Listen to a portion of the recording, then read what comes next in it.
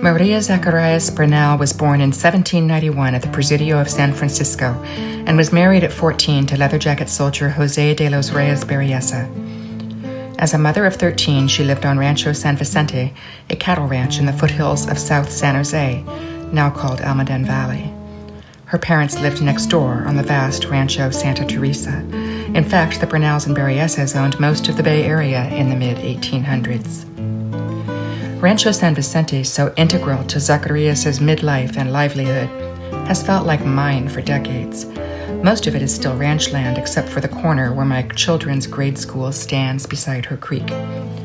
For hundreds of mornings after dropping them off, I would walk the banks of Los Alamitos with my dog, working through motherhood angst and midlife loss.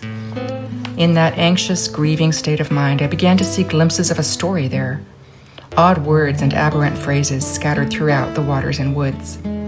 I noticed the green, glossy surf of non-native periwinkle, the face of a snarling devil in the knots of an oak, the distorted scar of an arrow carved in a trunk. I heard crickets rasping in the middle of the day.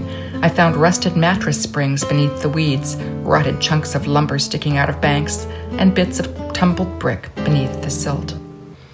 I saw vultures hunkering together on rocks in the creek and paddles of prickly pear cacti poking through weeds. There was an ancient, massive cactus stand my dog refused to pass, and when I carried her past it, I felt her trembling. There were signs of a mystery at Los Alamitos, a tale of something significant under its skin. I became convinced that something momentous had happened there. One day, while visiting the Almaden Quicksilver Mining Museum, I learned that the creek had once defined the western end of Rancho San Vicente, the home of María Zacarias Bernal de Berreyesa. Who was she? I asked. The short answer astounded me. Like most Californios after the gold rush, she had spent more than a decade defending her land claim and ended up losing it all to pay lawyers' fees.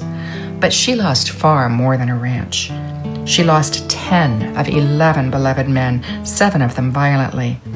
The first was murdered by one American hero on the orders of another.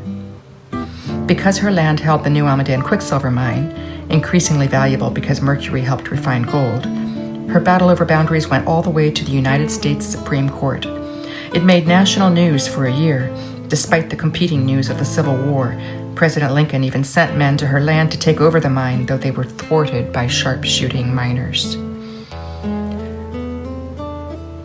I understood in a flash why Los Alamitos Creek had been speaking to me. I knew she too would have paced its banks, caught up in grief and loss. I found longer answers to who she was at tables and desks, enough history to know her story deserved to be told. But I found the real Zacarias in our love of this land and our children. Relationships unestranged by culture or years. The dust on her skirts is the dust on my jeans. The sunburnt sage she smelled, I breathe here now. We have heard the same music of crickets, cattle, and crows. We have fondled the thistledown hair on a baby's head, felt the soles of fat little feet pressing down on our legs. We've reached out for sticky kisses and fistfuls of flowers. We have cried out loud when our children could not be found. The two of us have shared the same sensory stage, be it fertile or destitute, and our stories are interwoven by their themes. How could she not be here?